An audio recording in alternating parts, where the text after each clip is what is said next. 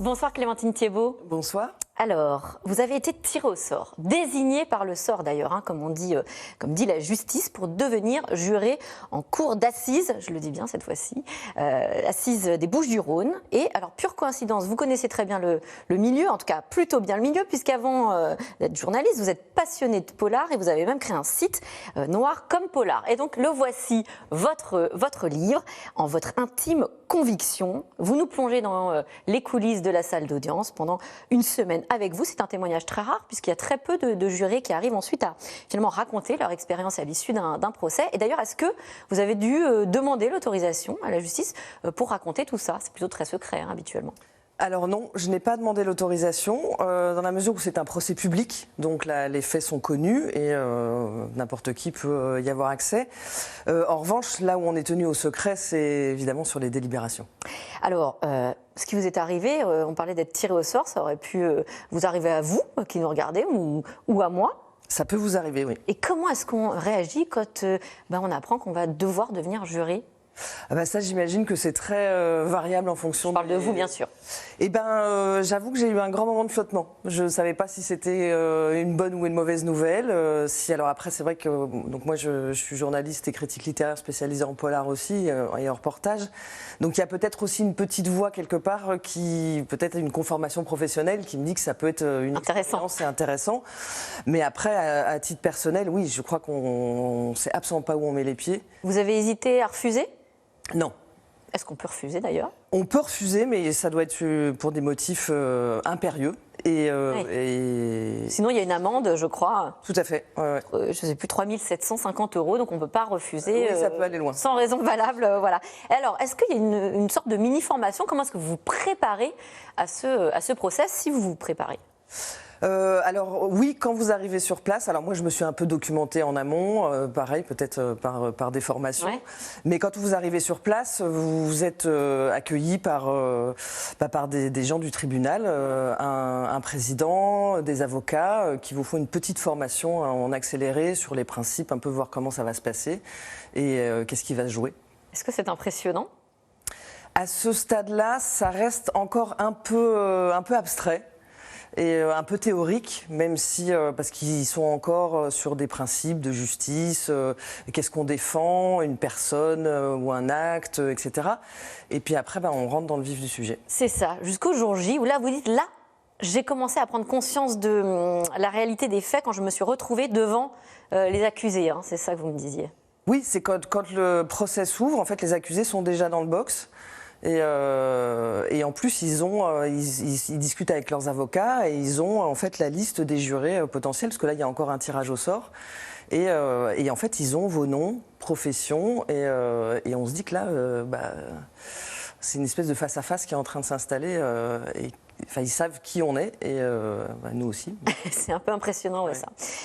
Cette affaire, alors c'est une affaire macabre, très violente. Ça se passe à Marseille. C'est l'histoire de Mourad, Alain et Christian qui sont accusés d'avoir tendu un guet-apens à leur victime avant de la tuer à main nue et de la faire disparaître. Vous allez donc les juger, suivre ce procès pendant une semaine. Qu'est-ce qui vous a le plus frappé ou le plus surpris pendant cette semaine de procès ? Je crois que c'est ce qu'on pourrait appeler un peu le théâtre de la justice. C'est-à-dire qu'on rentre dans un univers qui est clos, qui est la salle d'audience, mais qui est très très codifié. Donc il y a des étapes qui sont nécessaires, c'est un rythme très lent, c'est volontaire, c'est aussi le temps que les choses se mettent en place. Mais je crois que c'est cette mise en place des faits et la réalité de tout ça qui est incarnée en fait par des gens. Tout ça derrière, il y a des faits, mais ce sont des gens. Donc... Mais qu'est-ce qui vous marque ? Alors c'est quelque chose de très codifié qui correspond à une organisation extrêmement pointue, c'est ça ? Oui. Oui, c'est qu'à partir de là, le rythme dans un procès d'assises, c'est le président qui dirige tout ça, donc le juge principal, et seule l'oralité des débats fait foi. Donc tout est discussion, on reprend les pièces du dossier, mais tout ça est lu et après il y a les témoins qui arrivent. Ça c'est une phase assez impressionnante. Ouais. Alors justement d'ailleurs, est-ce que vous parlez de témoins, vous voyez défiler la famille, les témoignages, est-ce que c'est difficile de rester objective finalement, hein, puisque on est censé l'être le plus possible. Je pose la question parce que vous citez dans le livre le cas d'un 4e malfrat qui s'appelle Ahmed, qui vient lui aussi pour témoigner et qui vous fait sourire, rire même. Vous dites d'ailleurs c'est assez incongru dans une salle d'audience et on sent il y a une certaine séduction finalement qui s'opère. Est-ce que c'est compliqué ça de rester à distance, d'arriver à rester à distance ? Oui, et je pense que c'est aussi un peu le paradoxe de ce moment-là, c'est qu'à la fois les faits s'incarnent et cette incarnation, petit à petit, il y a des gens qui sont sympathiques, d'autres qui sont moins sympathiques, voire franchement antipathiques. Et c'est comment après rééquilibrer c'est cette ambivalence entre quelque chose qui est normal, qui est humain, et toute l'humanité qu'il y a dans ces moments-là, et les faits derrière. Et est-ce qu'on arrive à faire la part du vrai et du faux, finalement? Est-ce que ça, c'est compliqué? Vous citez, par exemple, des témoignages de compagnes et ex-compagnes qui arrivent à des moments différents, avec des témoignages qui vous mettent assez mal à l'aise, par exemple, à ce moment-là. Oui. Pourquoi? Qui me mettent, moi, très mal à l'aise. Et sur le coup, je réalise pas très bien, j'arrive pas à comprendre. Et en fait, c'est quand la deuxième va se rasseoir dans la salle. Alors, je prends beaucoup de notes pendant le procès. Et je jette un œil à mes notes et là je me rends compte qu'elle venait de dire mot pour mot les mêmes choses que la précédente. Donc là on a vraiment l'impression que c'est quelque chose de fabriqué. Ouais. Et je pense que c'est aussi ces moments-là où on essaye de voir où émerge la sincérité, la vérité dans la parole, en dehors des faits. Et puis arrive le moment des libérations. Ah, le fameux moment. La cerise sur le gâteau. La cerise sur le gâteau avec, bien sûr, on le rappelle, hein, des jurés qui doivent juger en leur intime conviction. C'est le titre de votre livre, avec ce petit morceau de papier qu'on va voir, où en fait vous êtes censé écrire un mot, oui ou non, dont va dépendre la vie d'un homme. Est-ce que là, c'est un cas de conscience qui se pose à vous?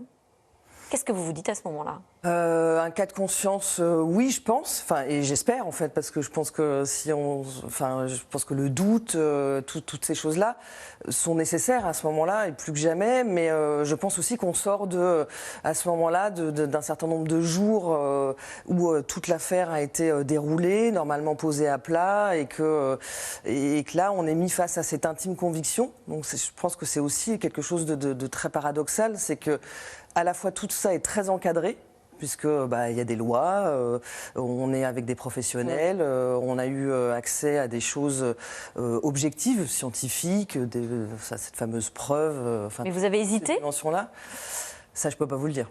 Vous n'avez pas le droit de nous dire votre intime conviction? Non, je n'ai pas le droit de vous dire mon intime conviction. Moi, puis il y a le verdict, bien sûr, le moment tant attendu, puisque là c'est face aux prévenus que le verdict est énoncé. La salle est comble et vous décrivez un moment surréaliste. Oui, presque apocalyptique, oui. Racontez-nous. Un des accusés, qui est un champion de MMA, donc des arts martiaux... où tout est permis. Où tout est permis. À l'énoncé du verdict, a essayé de sauter sur un de ses co-accusés pour l'étrangler.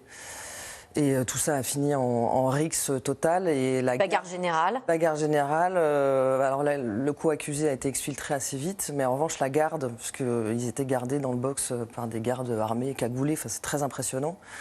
Et la garde n'a pas parvenu à le maîtriser tout de suite, et lui a réussi à briser la vitre envers sécurité et à passer à travers, à balancer des gendarmes. Enfin, c'était...